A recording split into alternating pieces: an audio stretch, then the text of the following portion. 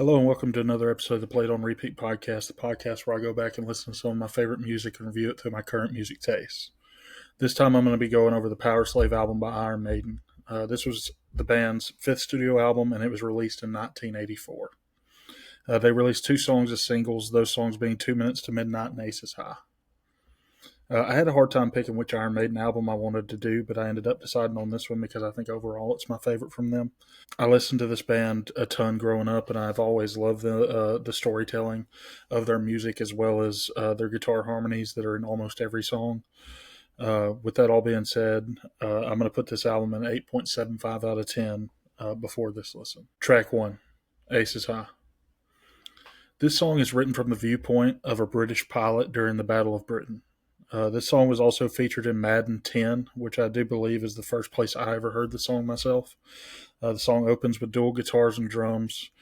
The dual guitars, like I said, is something Iron Maiden loves to do, and it's one of my favorite things about the band. The bass is also very high in the mix in Iron Maiden's music, and I always love that as well. Their bassist, Steve Harris, is one of the best of all time, so I always love getting to hear his playing.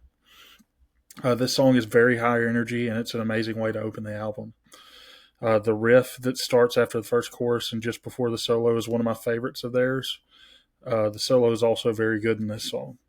Iron Maiden is also a rare example of a band having three guitar players. They have two lead players and one rhythm player, and they all kind of take turns on taking solos. The high note that Bruce hits at the end of the song is also ridiculous. That man is an amazing singer. The song is 4 minutes and 31 seconds long, and it left me wanting more. It's an amazing song, and once again, I don't think they could have picked a better one to open the album with. The band's strengths are immediately evident with this song, and they have one of the best singers of all time, one of the best bassists, three amazing guitar players, and an amazing drummer. It's almost not fair to have a band with this much talent in it. I don't understand how some people cannot like the band. With that being said, the song's a 9.5 out of 10. Track 2, 2 Minutes to Midnight. In an interview, Bruce Dickinson stated that this song was an allegory about the dangers of nuclear war. The song was the first of the singles to be released. The song opens on another great riff and some fun drum fills. Once again, the bass comes in heavy on this song. I really enjoy how they slow the song down during the choruses in this one. This solo also feels different than the first songs, and that's one of the advantages of having three guitar players and being able to switch in and out the way that they're able to. You're able to have different feeling solos for different songs, and you're able to always have whatever the song needs. After the solo, there's a small section where the song slows to an almost complete stop, where all we hear is the bass and drums, and then it picks right back up into the main riff. The band continues to jam for a minute, and then the song ends abruptly. The song comes in at 6 minutes and 3 seconds, and it's yet another amazing song for the album. This is one that's on my playlist, and I play it a decent amount. I'm also going to give this one a 9.5 out of 10. Track 3, Lost for Words. This is an instrumental track that was written by Steve Harris for the album. It's the fourth instrumental song from Iron Maiden, and it's also the last to be featured on one of their albums. The song starts with the drummer counting the band in, and then everyone starts playing. It's a very typical Iron Maiden riff and bass line. We quickly get into a harmonizing lead guitar part, and then that turns into a new riff. This is another very upbeat song. Typically, their songs, for the most part, are very, very fast, and they keep the tempo very high. Each guitar player gets a moment to shine in this song, which I did enjoy. Towards the end of the song, the guitar harmonies come back, and that's what we actually end the song on. This track was 4 minutes and 15 seconds, and overall it's a solid song, but it misses some of the variation that I feel like you need to pull off an instrumental track entirely. It gets a little samey. I also feel like when you have Bruce Dickinson in the band, how do you ever just ask him to take a seat and like take a song off? I don't understand doing that on an album with only 8 songs. How is your singer, who's one of the best of all time, not on one of them? But with that all being said, I'm going to give it a 7 out of 10. Track 4, Flash of the Blade. This is the first of the two songs on the album about swordplay, which isn't a new topic for Iron Maiden, as Bruce Dickinson is an accomplished fencer in real life. And he often writes about swordplay because he's passionate about it. The song tells a story about someone who grew up pretending to be a legendary warrior, who then learned the art of the sword and became a force for vengeance. The song opens with another great riff that starts in the right speaker, like if you're listening in earbuds, it starts in your right ear and it slowly bleeds over to the other ear. It's pretty cool the way they do that. The verse riff is very palm mutey, and I really enjoy it. I love palm mutes. Bass, once again, is another really interesting, fun to listen to bass line. There's also a part in this song where two of the guitars are doing a harmony and the third is doing a totally separate lead part. And it's really cool to have the ability to do that in having the three guitars. In that part, everything had cut out but the guitars. So, like, the only thing you were focused on was the guitars and what they were doing. The song goes on to go out on the same riff that introduced it. Song is 4 minutes and 5 seconds, and it's one I haven't heard in a long time, but I really do enjoy it. I enjoyed it a lot on this listen. I'm going to give it an 8.5 out of 10. Track 5, The Duelists.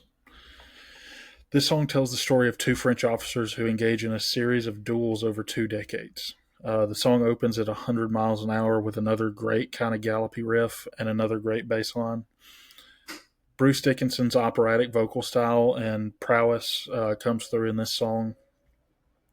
There's a really interesting lead guitar part halfway through that I also loved. The song has another good solo where multiple of the guitar players, I couldn't tell if it was just two of them or if it was all three, but multiple got into this solo. And after the guitar solo, we return to the main riff and verses. Song goes out on Bruce holding a note, a high note, and the drums going out on its own kind of mini solo. The song was 6 minutes and 8 seconds, and it's once again another good song for the album, another strong one. The album to this point has been very consistent in its sound and its style, and it's one that I've loved. I'm going to give this one a 9 out of 10. Track 6, Back in the Village. This song is a sequel to the song The Prisoner from their The Number of the Beast album.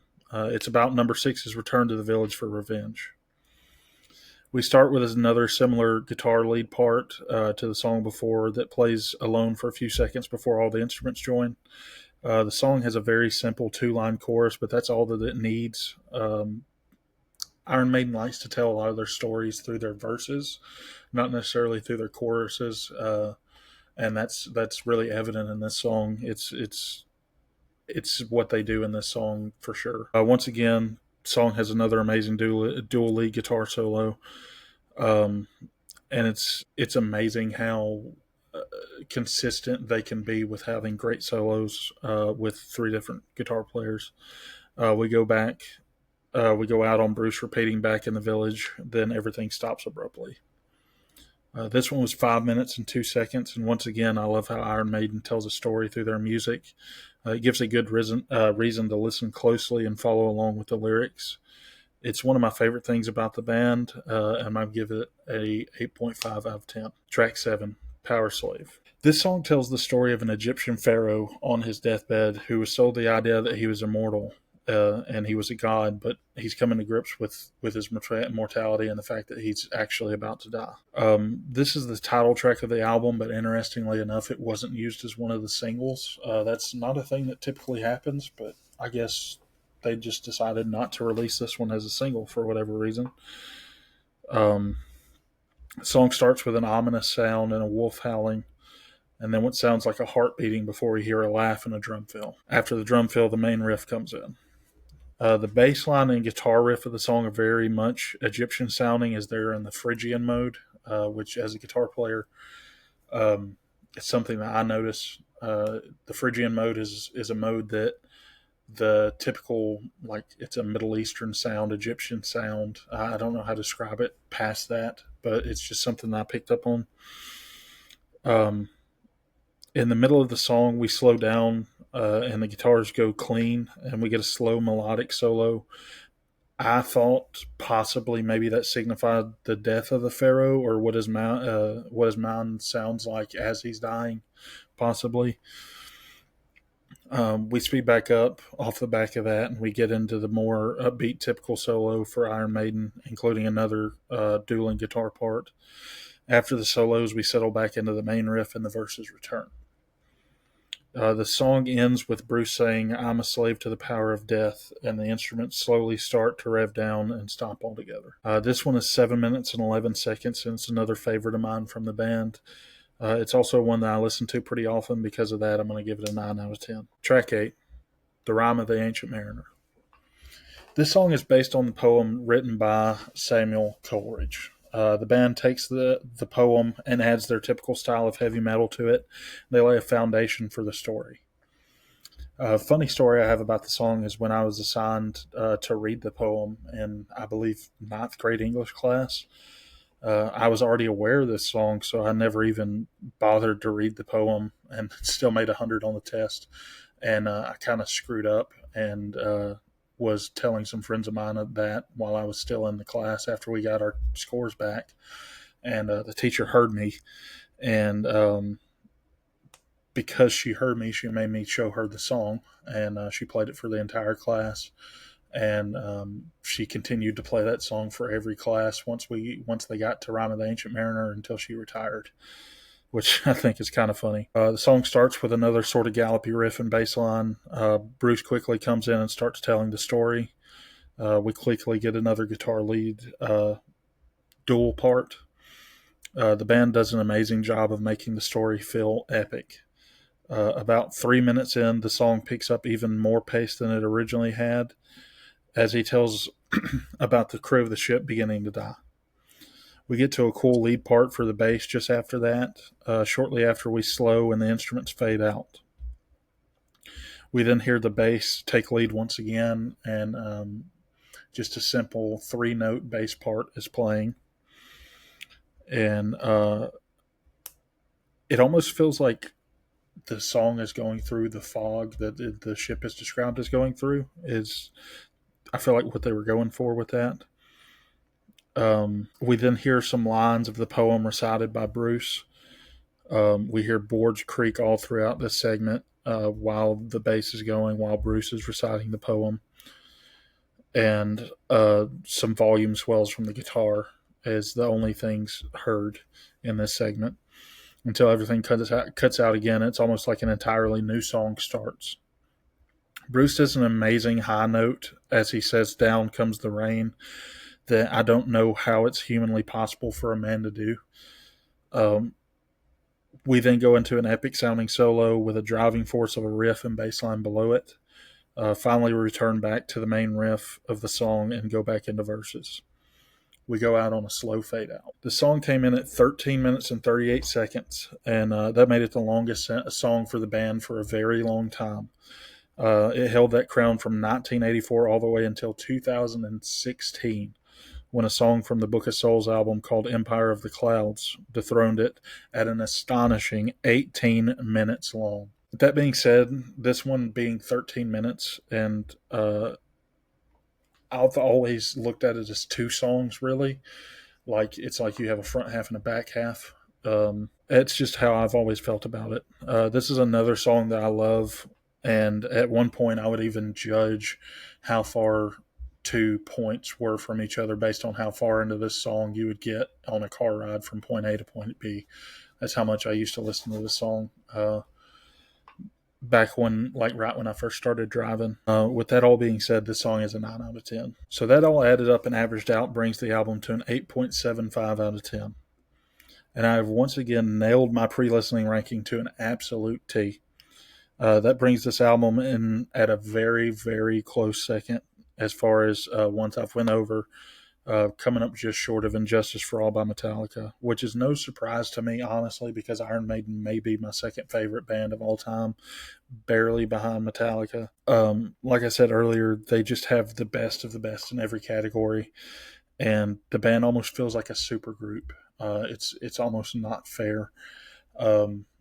especially like this configuration of the band, when you have Bruce, when you have Steve Harris, when you have all of these guitar players. Obviously, earlier in their career, they did not have Bruce Dickinson. They had a different singer when they first started. The band was also very good then, but this adding Bruce to this band just took it to the next level. So, with that all being said, thank you once again for listening.